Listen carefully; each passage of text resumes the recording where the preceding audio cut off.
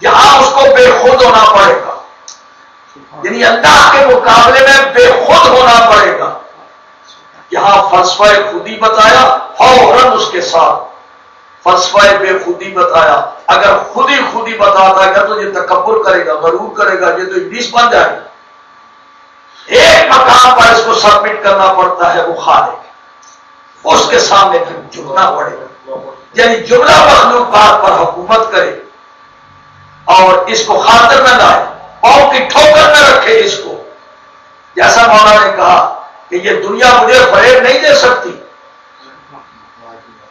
دنیا مجھے فریب نہیں دے سکتی ہے، میں نے اس دنیا کو طلاق دے دی۔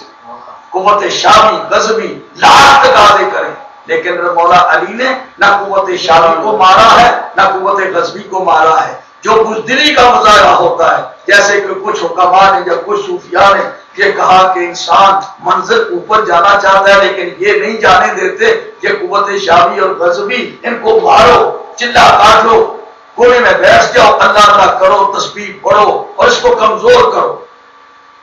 تو حضور یہ گناہوں سے بچنے کا ایک طریقہ تو ہے، لیکن یہ خیر مطلق نہیں ہے، تام نہیں ہے۔ اس لیے مولا کائنات نے فرمایا ہمارے ہاں شیعہ فقہ کے اندر یہ صوفیزم جو ہے، جو یہ نفس کشی کی تعلیم دیتے ہیں، وہ حرام ہے۔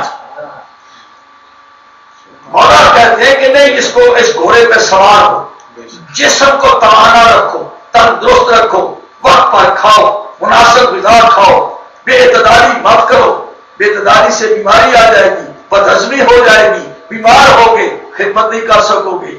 یہی ہے معصومین دبلے پتلے جسموں کے ساتھ بہترین ہیلتھ ہے ایمان کی۔ سمجھ آ گئی؟ کوئی امام ایسا بستر کے اوپر نہیں پڑا ہے، خوب باتیں کی ہیں، اور علی علیہ السلام نے اپنے اس جسم کو قوت شامی اور غضبی کو کنٹرول میں رکھا، ان کے تقاضے پورے کیے ہیں، لیکن حد اقتدار سے نہیں بڑھنے دیا۔ کوئی قوت حضرت علی علیہ السلام کو مائل نہیں کرتی کہ آپ نیکی کا کام چھوڑ کے یہ کام کر دیں۔ مولا کائنات نے قوت شامی کو دبا کے رکھا ہے اس طرح سے، جس طرح کہ ایک طاقتور اور صحیح باپ اپنے بیٹے کو فرمانبردار بیٹے کو ماتحت کرتا ہے۔ تو یہ صوفیاء کی طرف اشارہ کیا اقبال نے، جو لوگوں کو تارک دنیا ہونے کا درس دیتے ہیں، جو چلہ کشی کی تعلیم دیتے ہیں، جو لوگوں کو کہتے ہیں نفس کشی کرو، اس کو بھوک دو، اس کو مارو۔ علامہ اقبال اس کے سخت خلاف ہے، انہوں نے کہا یہ کیا، یہ تو بزدلی ہے۔ تو اس نے اس چیز کو پیش کیا ہے کہ حضرت علی کے ناموں کی شرح لکھتے ہوئے اس نے لکھا کہ حضرت علی علیہ السلام کے ناموں میں آپ کے یعنی ناموں کی شرح لکھتے ہوئے اس نے کہا کہ ایک نام علی علیہ السلام کا ہے ابو تراب، جو بہت پسند تھا۔ تو مولوی صاحبانوں سے سنا، آپ سے کسی مولوی سے کہا جی کہ حضرت علی کا لقب ابو تراب ہے، اس کی کیا تشریح ہے؟ تو انہوں نے کہا جی ایک دن جناب فاطمہ سے ناراض ہو کے علی علیہ السلام مسجد میں چلے گئے اور مسجد میں جا کے سو گئے، اور ہوا چل رہی تھی، صحرا ہے، ڈیزرٹ ہے، تو ریت آپ کے چہرے پر پڑی تھی، مٹی آپ کے چہرے پر پڑی ہوئی تھی، رسول اللہ تشریف لائے، بیٹی سے پوچھا کہ علی کدھر ہے؟ تو انہوں نے کہا کہ اس طرح سے میرے ساتھ ان کی ایسی ویسی ہو گئی، وہ چلے گئے، مسجد میں ہوں گے۔ مولا مسجد میں رسول اللہ تشریف لائے، دیکھا علی علیہ السلام سوئے ہوئے اور مٹی پڑی ہوئی ہے چہرے پر، اور آپ نے کہا قم یا ابا تراب، قم یا ابا تراب، اے مٹی کے باپ اٹھ۔ حضرت علی علیہ السلام کو اس دن سے یہ لقب بہت پسند آیا، مٹی مال کے ابو تراب بن گئے، بڑے خوش ہوئے۔ علامہ اقبال نے کہا کہ اے مولانا صاحب، مٹی ملنے سے ابو تراب بنتا ہے اور اس پر فخر نہیں، ابو تراب کیا ہے؟ تو اقبال نے وہ پوری نظم لکھی ہے، اور اس کے اندر دو شعر سنا کے بعد ختم کروں گا، ابھی نماز کا ٹائم بالکل ہو رہا ہے۔ آگے تاریخ کے نام اوتانس، یہ تاریخ، یہ جس کا نام، یہ تاریخ مٹی جس کا نام تن ہے، قوت شامی اور غضبی اسی کے تقاضوں میں لگی رہتی ہے کہ یہ ٹھیک رہے، یہ ٹھیک رہے۔ اقبال کہتا ہے کہ یہ خاک تاریخ کے نام اوتانس، عقل از بیداد او در شیون است، انسانی عقل اس کے ظلم کی وجہ سے رونا رو رہی ہے۔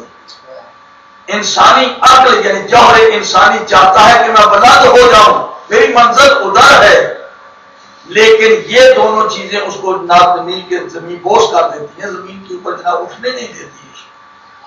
تو لوگ اس کا رونا روتے ہیں اس کا کہ ہم اوپر جانا چاہتے ہیں، نہیں جا سکتے۔ کہتے ہیں شیر حق کی خاک را تسخیر کر، شیر حق نے اس مٹی کو مسخر کیا، گلے تاریک را اکسیر کر، اس تاریک مٹی کو مولا نے اکسیر کر دیا۔ سمجھ آ رہی؟ یہ مولا علی کے لیے رکاوٹیں نہیں، مولا علی علیہ السلام اس کے لیے تو اس کے ذریعے سے رضائے الہی حاصل کر رہے ہیں، جنت کی نعمتیں حاصل کر رہے ہیں اس کے ذریعے سے۔ ہر کے در آفاق گردت بوترا، باز گردانت سے مغرب آفتاب، جو دنیا میں بوترا ہوگا وہی سورج کو پلٹا سکتا ہے مغرب سے۔ حقیقت میں عصمت کا راز عدل کی امپلیمنٹیشن پر ہے۔ جس بندے نے عدل کو نافذ کیا اور اگر قوت شامی اور غزبی کو ہمیشہ ہمیشہ کر کے دبا کے رکھا، ان کی کوئی ناجائز ڈیمانڈ نہیں مانی اور قوت نطق کے تمام ڈیمانڈ اس کے تقاضے پورے کیے، تو اس سے کبھی گناہ نہیں ہوتا۔ گناہ ان دو کی بے جا پیروی سے ہوتا ہے، قوت شامی اور غزبی کے جو تقاضے ہیں ان کی ڈیمانڈ پورا کرنے میں انسان سے جو چوک ہوتی ہے، جو غلط کرتا ہے کام، وہی ظلم ہوتا ہے اور وہ گناہ بنتا ہے۔ تو جو ان دو قوتوں کو قابو میں رکھے، ان کی بات ہی کوئی نہ مانے، تو یہ عصمت کا راز ہے۔ حضرت علی علیہ السلام قوت شعبی کو کنٹرول میں رکھا تو وہ معصوم ہے۔ جس کسی نے قوت شعبی کو قابو کیا، قوت غزبی کو، قوت غزبی کو اعتدال پر رکھنے سے مولا کائنات میں شجاعت ہے۔ حضور ہم کمزور دشمن پر ٹوٹ پڑتے ہیں، ظلم کا ارتکاب کرتے ہیں، اپنی طاقت کا مظاہرہ کرتے ہیں، اور جب طاقت پر ہوتا ہے تو ہم بھاگ جاتے ہیں۔ وہاں لڑنا چاہیے تھا جہاں رسول پکار رہے تھے، الیہ الیہ اصحابی، تو وہ بھاگے جا رہے تھے۔ یہ قوت غزبی کا تقاضا ہے، اس کو کہتے ہیں بزدلی۔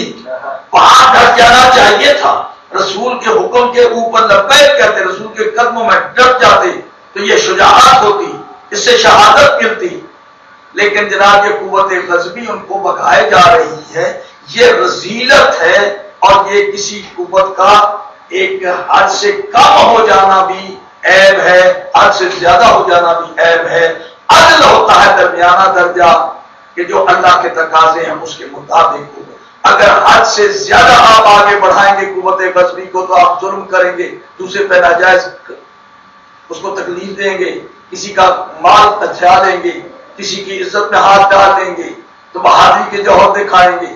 وہاں لڑنا کی اجازت نہیں تھی، تو آپ نے ناجائز قبضہ کیا، ناجائز کسی پر ظلم کیا، اور جہاں لڑنے کا اختیار تھی، اجازت حکم تھا، وہاں آپ نے نہیں، وہاں بزدلی دکھائی۔ تو قوت غزبی کو اعتدال پر رکھنے سے شجاعت پیدا ہوتی ہے، اور حد سے بڑھ جائے تو یہ ظلم ہوتا ہے، اور حد سے کم ہو جائے تو بزدلی ہوتی ہے۔ مولا کائنات نے نہ ادھر تجاوز کیا نہ ادھر تجاوز کیا، ہر قوت کو کنٹرول میں رکھا، اس کو کہتے ہیں عدل۔ اور اللہ تعالیٰ کا ارشاد ہے قرآن مجید میں، وَمِمَّنْ خَلَقْنَا